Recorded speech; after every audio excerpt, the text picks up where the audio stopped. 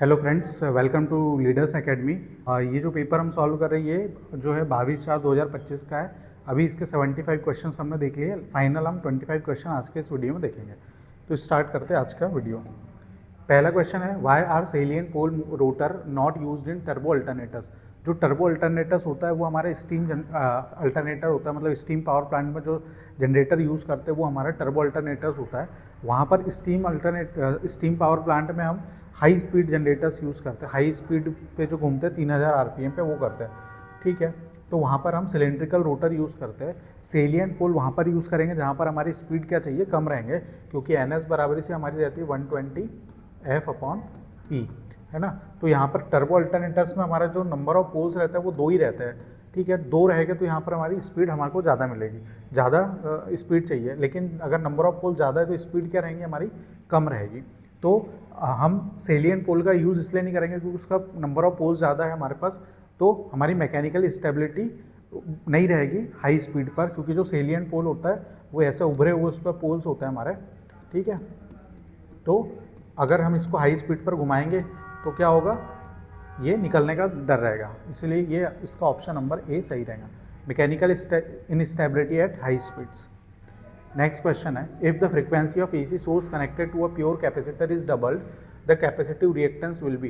तो ये कैपेसिटर है, उसको AC से कनेक्ट किया तो जो कैपेसिटिव रिएक्टेंस होती है 1 क्या होती है, ओमेगा C होती है। ओमेगा को हम लिख सकते हैं 2πfc।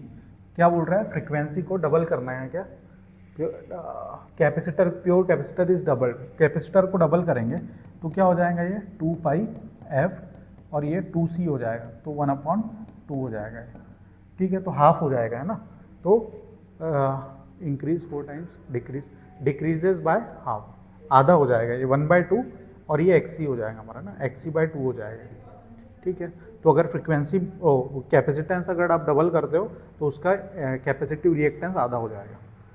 नेक्स्ट क्वेश्चन है हमारा, if the peak value of full wave rectifier is 20 volt, ठीक है। फुल वेव रेक्टिफायर है हमारा, उसका जो आउटपुट वोल्टेज कितना दिया है, हाँ पीक वैल्यू दी है Vm बराबर से 20 वोल्ट, ठीक है। आउटपुट क्या होता है, तो हाफ वेव के लिए, फुल वेव के लिए जो हमारा एवरेज आउटपुट वोल्टेज होता है वो क्या होता है 2Vm/π। ये फॉर्मूला होता है इसका हाफ वेव रेक्टिफायर में एवरेज आउटपुट वोल्टेज का। तो यहाँ से हम देखेंगे 2 × 20/π, तो इसका आंसर आएगा हमारा 40/π। तो इसमें जो भी ऑप्शन 40/π होगा वो सही होगा। नेक्स्ट हमारा है, Maxwell inductance capacitance bridge uses a standard capacitor to measure which of the following. तो मैक्सवेल ने साहब सिर्फ और सिर्फ किसको मेजर किया, इंडक्टेंस को मेजर किया, है ना। तो मैक्सवेल इंडक्टेंस कैपेसिटेंस ब्रिज, तो कैपेसिटेंस की हेल्प से हम इंडक्टेंस को इसमें मेजर करते हैं, इसलिए इसका ऑप्शन नंबर क्या आएगा, ए आएगा, ठीक है। नेक्स्ट हमारा है, अ साइनोसॉइडल वोल्टेज इज VT बराबरी से आपको इतना दिया, what is the corresponding phasor representation. तो VT बराबरी से ये हमारा 100 sine omega t plus 30 degree. तो इसको हम ऐसा लिख सकते हैं 10 एंगल ऑफ 30 डिग्री, ठीक है। तो फेजर फॉर्म में इसको लिख सकते हैं, यहाँ प्लस दिया तो प्लस लेंगे, माइनस है तो माइनस लेंगे आप। तो इसका ऑप्शन नंबर डी हमारा सही होगा। नेक्स्ट क्वेश्चन है हमारा, A parallel RLC circuit has an inductance of 1 Henry and capacitance of 1 microfarad. What is the resonant frequency? तो पैरेलल RLC सर्किट में भी जो रेजोनेंट फ्रिक्वेंसी हमारी आती है वो आती है 1/2π√LC। तो इसका होगा 1/2π√L की वैल्यू 1 दी है, C की वैल्यू कितनी दी है आपको 1 माइक्रोफैरड 10⁻⁻6। तो ये हो जाएगा 1/2π × 10⁻⁻3। तो ये आंसर आपका होगा, ऑप्शन में ये दिया हुआ है तो ये आपका आंसर हो जाएगा, ठीक है। तो ये फॉर्मूला सेम रहता है सीरीज पैरेलल के लिए। नेक्स्ट क्वेश्चन है हमारा, which of the following factor determines the selection of voltage levels in the primary and secondary transmission. Primary और सेकेंडरी ट्रांसमिशन में किस फैक्टर पर हमारा डिपेंड करता है voltage, which factor determines the selection of voltage levels in primary and secondary transmission. पहला, A type of power generation use, only the type of transformer used, only the number of consumers connected, distance of transmission and power demand। तो हमारी distance कितनी है वो depend करेगा, अगर ज़्यादा distance है तो हमको ज़्यादा वोल्टेज पर उसको सप्लाई करना पड़ेगा, ठीक है। और कितनी पावर डिमांड है, कितना बल्क अमाउंट ऑफ पावर आपको सेंड करना है, ठीक है। तो जैसे जैसे डिस्टेंस हमारी बढ़ती है वोल्टेज लेवल का भी हम बढ़ाते चलते हैं। नेक्स्ट हमारा है, current I S in R L circuit is given by I S is equal to 1.5 upon S plus 4 ऑप्टेंट I T is equal to 0। तो हमको पता है कि जो हमारा अगर फंक्शन ये दिया है ई की पावर -80 दिया रहता है, तो इसका जो लाप्लास ट्रांसफॉर्म होता है, लाप्लास ट्रांसफॉर्म क्या होगा 1 अपॉन एस प्लस ए, क्या होगा 1 अपॉन एस प्लस ए। अगर के का मल्टीप्लाई यहाँ करेंगे तो के का यहाँ पर हो जाएगा। तो यहाँ पर हमको ये चीज़ दी है, तो के की जगह क्या दी है 1.5, तो 1.5 और ये एस प्लस ए की जगह आपको कितना दिया है 4 दिया है, तो ये हो जाएगा ई की पाई इनवर्स -4t। ठीक है, तो इसका ऑप्शन नंबर कौन सा है हमारा 1.5 ई की पावर -4t, ऑप्शन नंबर 2 हमारा सही होगा। नेक्स्ट क्वेश्चन देखते हैं।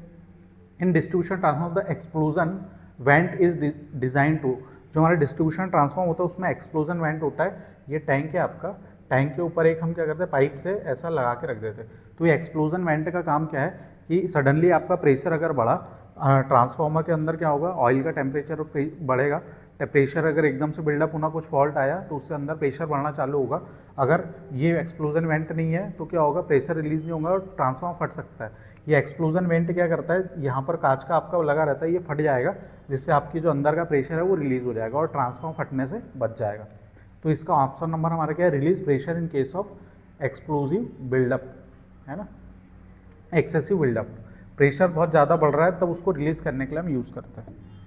नेक्स्ट हमारा है in ring distribution system if one section of ring experience fault and is disconnected, how does this affect the voltage drop at loads connected to the remaining operation section.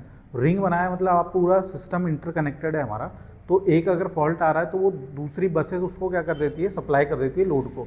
इसीलिए यहाँ पर क्या होगा, इसका ऑप्शन वोल्टेज ड्रॉप फ्लक्चुएट नहीं है, B voltage drop decreases the fault reduces overall system impedance, voltage drop remains unchanged since power is still supplied from two direction। तो इसका ऑप्शन नंबर हमारा सी सही है क्योंकि अदर साइड से हमारी पावर आ रही है। ठीक है, नेक्स्ट है हमारा what does the flux created by the load current in primary winding which links only with the primary winding represents. ठीक है, ये क्या है, ट्रांसफार्मर है आपका, तो ट्रांसफार्मर दो वाइंडिंग है आपकी, प्राइमरी और सेकेंडरी। तो वो क्या बोल रहा है, प्राइमरी ने जो फ्लक्स बनाया वो सेकेंडरी से लिंक ना होकर प्राइमरी से ही लिंक हो रहा, तो उसको हम बोलते हैं लीकेज फ्लक्स। वो क्या करेगा, एयर के थ्रू अपना मार्ग पाथ कंप्लीट करके वहीं के वहीं ऐसा बना लेगा। तो प्राइमरी का फ्लक्स प्राइमरी से ही लिंक हो रहा है, तो इसको हम बोलते हैं लीकेज फ्लक्स। ठीक है, लीकेज फ्लक्स। तो इसका ऑप्शन नंबर सी हमारा सही होगा। नेक्स्ट क्वेश्चन है which of the following is a characteristics of a group drive system, minimal energy loss नहीं, low capital cost, high flexibility in operation, high maintenance cost. तो इसका आता है हमारा लो कैपिटल कॉस्ट। नेक्स्ट हम देखते हैं if two AC waveform a phase difference of 0 degree they are said to be, 0 degree phase shift है तो उसको हम क्या बोलेंगे, इन फेज है। क्या है, इन फेज। तो इसका ऑप्शन नंबर सी सही होगा, इन फेज। नेक्स्ट हमारा which statement about voltage drop in an alternator are correct, the voltage drop due to armature resistance is in phase with the armature current. सही है, क्योंकि आर्मेचर करंट के साथ जो resistance drop होता है वो सेम फेज में होता है, तो ये ऑप्शन नंबर हमारा ये सही है। Unity power factor the voltage of I R is directly subtracted from generated. सही है। For a leading power factor load I A R A contribute to increase in terminal voltage, गलत, increase तो होंगे ही नहीं उससे। Armature resistance has no effect on voltage regulation. Armature voltage अगर armature का रेजिस्टेंस ज़्यादा होगा तो ड्रॉप ज़्यादा होगा, वोल्टेज रेगुलेशन आपका खराब हो जाएगा, इसलिए इसका ऑप्शन नंबर 1 एंड 2 सही है। ठीक है, तो इसका ऑप्शन नंबर 1, 2 सही होगा। स्टेटमेंट करके नीचे हमारे ऑप्शंस होंगे जिसमें आपको देखना है कि 1 और 2 वाला सही लगेगा। नेक्स्ट हमारा है how are the segments of commutator in insulated from each other. Commutator के सेगमेंट को एक दूसरे से कैसे इंसुलेट करके रखते हैं, तो बाय यूजिंग माइका इंसुलेटर हम यूज़ करते हैं। दो सेगमेंट्स के बीच माइका इंसुलेटर लगा देते हैं तो वो कम्यूटेटर के सेगमेंट एक दूसरे से आइसोलेटेड रहता है, तो माइका याद रखना है इसमें। नेक्स्ट हमारा है which of the following option best describe the role of gasifier and agro chemical based power plants. तो इसका ऑप्शन है it directly burns biomass to produce heat, it convert solid biomass into combustible gas through partial oxidation, it is through chemical fertiliser for energy, it condense steam into electricity. तो ये है option number B, it convert solid biomass into combustible gas through partial oxidation. Next है in 6 pole induction motor operates on 60 hertz, supply the synchronous speed. तो NS बराबरी से क्या होता है हमारा 120 F P, ठीक है। तो 120 F की वैल्यू कितनी दी है 60 हर्ट्स अपॉन P कितना है आपका 6 है, 10 हो जाएगा तो 1200 आ जाएगा इसका। तो इसका आंसर है हमारा 1200 RPM। तो इसका ऑप्शन नंबर बी सही होगा। नेक्स्ट देखते हैं अभी, अ diode rectifier has AC input voltage of, input voltage कितना दिया है इसमें 230 वोल्ट, ठीक है। एंड लोड रेजिस्टेंस इतना दिया है 1 किलो ओम।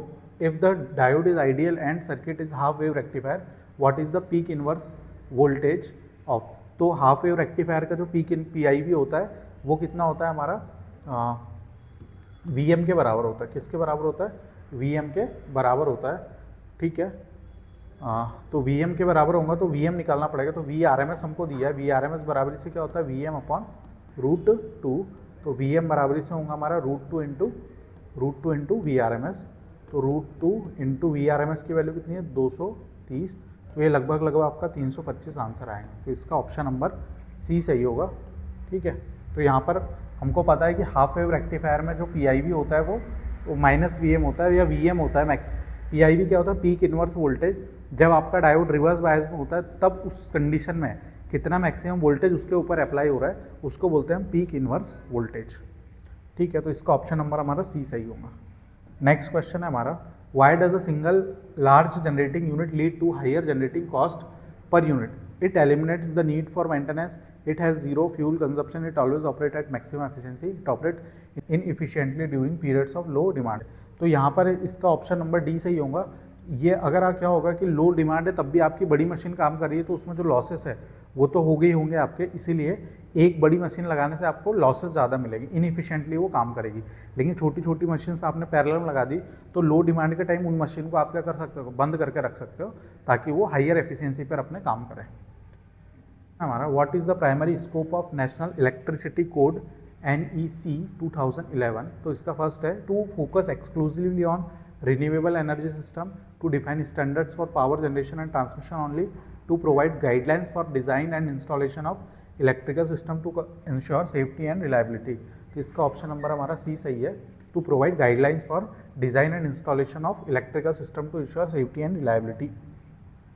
नेक्स्ट है what is the reflection of light from a smooth and shiny surface like a mirror called। उसको हम क्या बोलते हैं स्पेक्युलर रिफ्लेक्शन, उसको बोलते हैं स्पेक रिफ्लेक्शन। इसका ऑप्शन नंबर सी सही होगा। नेक्स्ट है which type of transformer used for stepping down current for measurement purpose. तो ये हमारे पहले ही देख लिया है करंट ट्रांसफॉर्मर। करंट ट्रांसफॉर्मर क्या करता है, इस करंट को स्टेप डाउन करके करंट को मेजरेबल लेवल तक के लेके आता है जिससे हम एमीटर के थ्रू डायरेक्टली मेजर कर सके।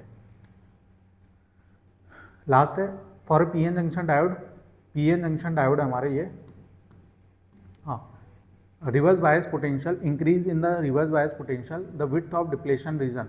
ये हमने PN जंक्शन बनाया, PN, इसको रिवर्स बायस में कनेक्ट करना मतलब P को नेगेटिव टर्मिनल से ये।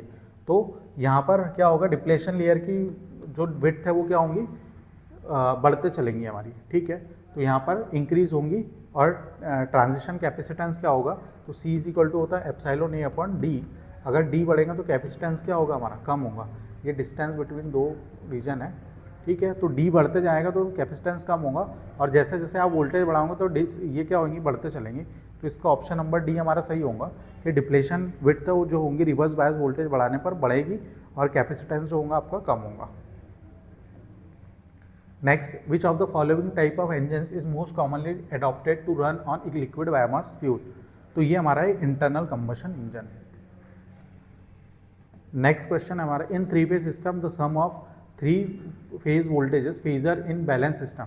बैलेंस सिस्टम में तीनों फेज का जो सम होता है वो क्या होता है, 0 होता है। तो इसका ऑप्शन नंबर बी हमारा सही होगा। तो ये था हमारा आज का लेक्चर। हमने अभी दोनों जो शिफ्ट 1 शिफ्ट 2 दोनों के हमने पेपर को पूरी तरीके से सॉल्व कर लिया। Thank you.